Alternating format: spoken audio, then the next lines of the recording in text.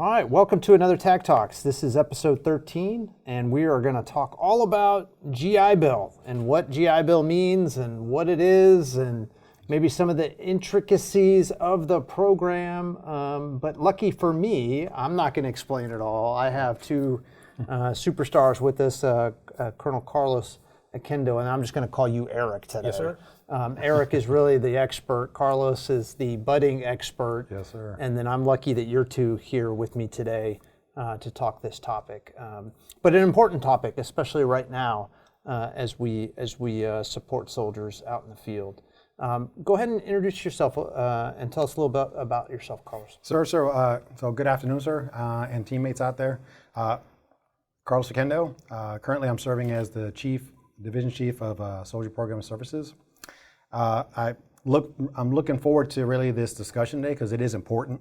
The team is very passionate about what we're doing as far as taking care of the soldiers, especially with a benefit as strong as this for our service members, and also the fact that it does support the family too, if the soldier decides to transfer it over to their family members. So I appreciate the opportunity today, sir.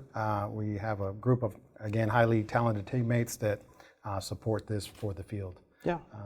Go ahead, Erik. Erik? Yeah, good afternoon, sir. Good afternoon, teammates. My name is Erik Lohof. I am currently serving as the GI Bill team lead in the Education Incentive Branch, which is part of the Soldiers Programs and Services Division under the TAG D. And I'm looking forward to our discussion here. So, Erik, I know there's three pieces of the GI Bill. Can you explain the three elements of the GI Bill for the Army? Yes, sir. The GI Bill consists of three separate programs, or is made up of three separate programs. The first one is the Montgomery GI Bill Selected Reserve Chapter 1606, which is available to reserve component soldiers. The second one is the Montgomery GI Bill Active Duty Chapter 30, which is available for active duty soldiers. And then the third one is the Post 9/11 GI Bill, which is also available to active duty soldiers and reserve component soldiers, but only the Post 9/11 GI Bill is authorized for transfer to eligible DEERS dependents. Okay, understand. Three elements. Let me zero in on active duty soldiers first. So I come into the Army and I go to my reception battalion. I went to MEPS, I'm got reception, and I'm going through training.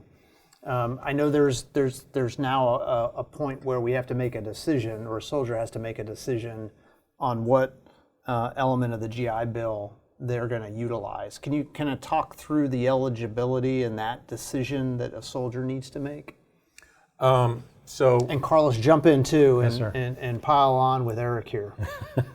Yes, sir. So the Montgomery GI Bill Active Duty is the one that really, when the law changed, is putting the onus on the soldier to make an election after 6 months, whether they want to pay $100 a month for 12 months or $1,200 under that program. The soldier is automatically eligible for the Post 9/11 GI Bill, which is free, but they have to make that election really at the 6-month mark to that 270 days, so 9 months later.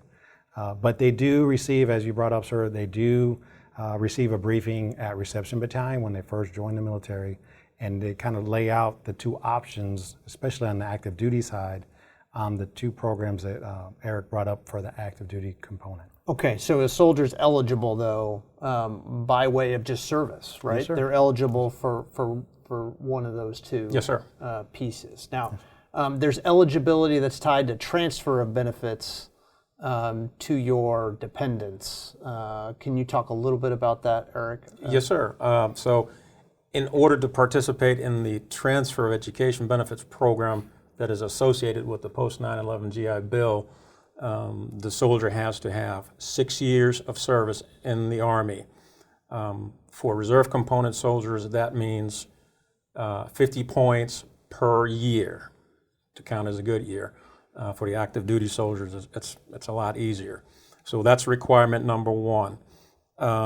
on the date of the request, the soldier has to have 4 years left on his contract in the Army.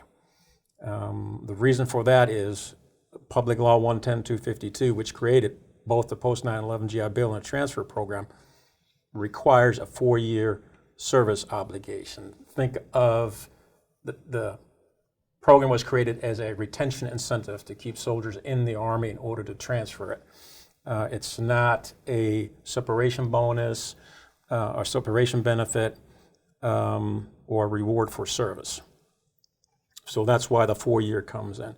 So like I said, on the day of the request, the soldier has to have 4 years. Once he meets that requirement, there's 2 more, which is easier for the active duty component because by that time they have their 90 days of active service under their belt. For reserve component, that can be a little bit more difficult, and they can't have any negative flags on their record on the date of their request. Yeah, understand. So you got to serve a certain period of time, and then you, after you execute or transfer that benefit, then you have to serve a certain period of time. Yes, sir. And that is all laid out on our website, HRC, as well as the VA website, right? Yes, sir. Additionally, the soldiers can always go to the Army Regulation 621-202, which also has the program and the requirements for the transfer of education benefits listed. And I know how everybody loves to read regulations. Yes, sir. But I guess my I'm tongue in cheek here, right? Yes, I love to read regulations, but that's why we also put it on the website, and obviously why we'll push it out on a tag sends, and then we're doing a little bit of media here, right? A couple other podcasts to really highlight GI Bill benefits and the choices soldiers really have to make. Yes, sir. Which is all good. These are great benefits for our soldiers. So where can a soldier, I guess, figure all this out? I mean, I know you guys have a webpage. Is that the best place they go to get information in general on the differences, et cetera? The Department of Veterans Affairs has a very good website that explains the different components of the Montgomery GI Bill active duty and Chapter 30 and the post 9/11 GI Bill. And that's also one of our recommendations, that the soldiers visit those websites to figure out which one works best for their education needs, for the school that they want to attend to. And the website also has links that kind of explain the transfer process.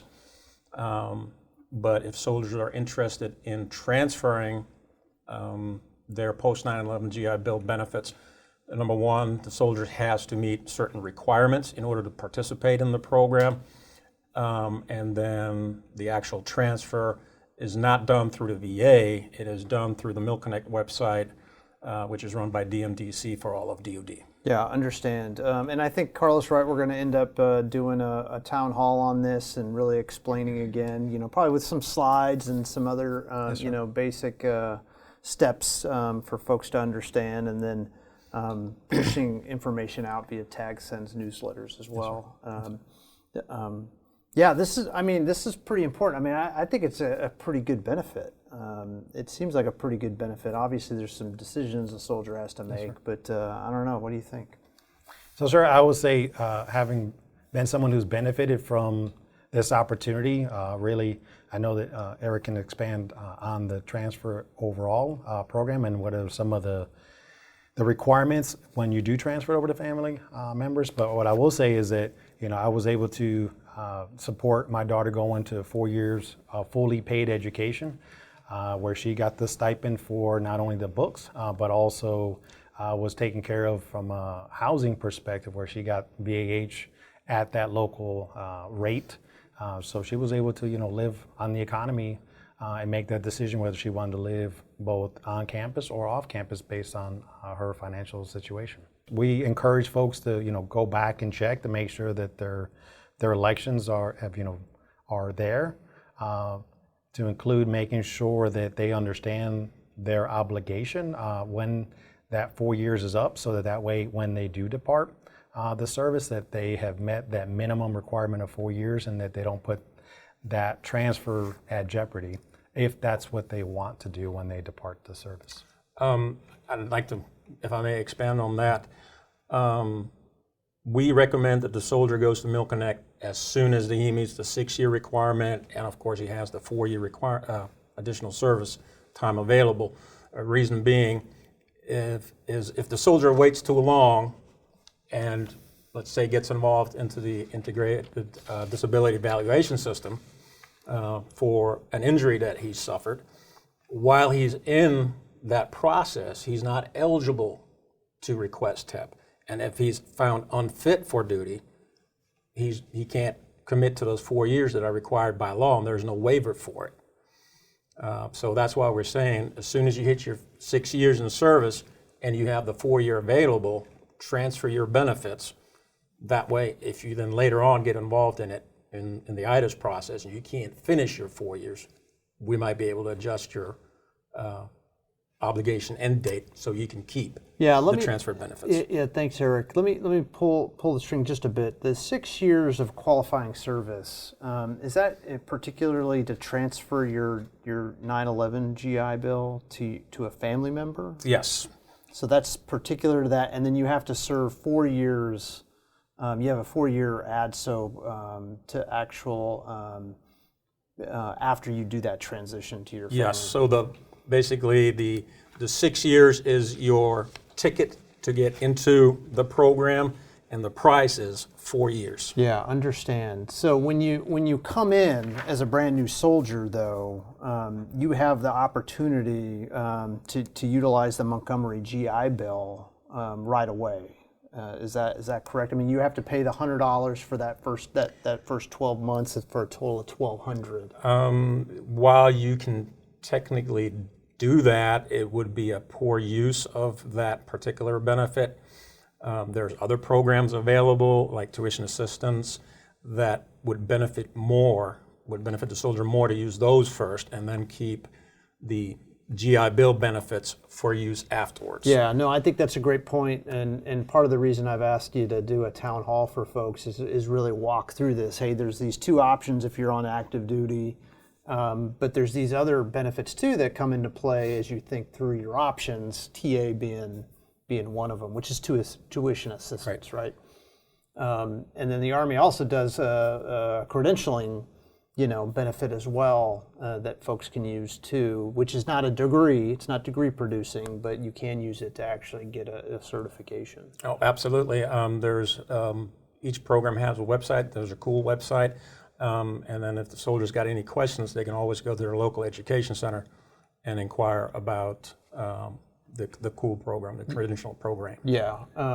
Yeah, my assumption is the education system can help talk through all of these things as well. Yes, sir. Yeah. Big plug for our education systems or that center at each of our post camps and stations. Yes, sir. Carlos, anything else you want to add? I know we're coming up on time here, and I appreciate you guys talking the benefit here today. Sir, I mean, at the end, I know that our teammates are, here at HRC, at Human Resource Command, eagerly, to provide any inquiries. We do help educate the field when it comes to the programs that we kind of help facilitate to make sure that everyone's eligible for. But more importantly, we have a highly dedicated, force that wants to help. And I mean, we really do go the extra mile to see where we can assist, especially when it comes to either questions about, hey, what does this transfer program look like, or hey, what am I really eligible for? We make sure that we take care of the individuals whenever they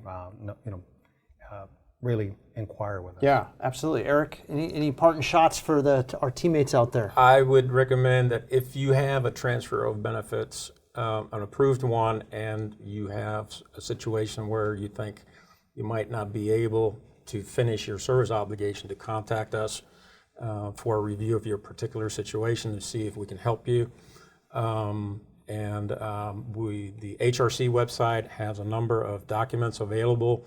So if the soldiers maneuver to the HRC homepage and then look up Education Incentive Branch, they'll come to our page. It also has our group email box, so the soldiers can email us with their questions, And there's a lot of information available between the HRC website, the VA website, and the Education Center. Yeah, no, I think I was going to underline that at the end, right? You have a couple of websites, the HRC website, the VA website, as well as your Education Centers on post. Great resources filled with great folks that support each of those platforms or locations. And then when we release this episode of Tag Talks, we'll put some of those links on there to get folks directly to those sites. Okay. But hey, I just appreciate you coming in and talking. Yes, sir. I know this is right because there's moving parts here, right? There's options, so I don't know. I know how that can be confusing for some out in the field as they think through these options. But really appreciate you guys being here today and talking a little bit about the GI Bill. And for folks listening, please stay tuned. We'll have future Tag Talks on a lot of the services that we provide and support we provide for people in the Army at a Tag D here at Human Resources Command. Follow us on all our social media sites at the Adjutant General, and look forward to talking to you next time. Thanks. Thanks, sir. Thank you, sir.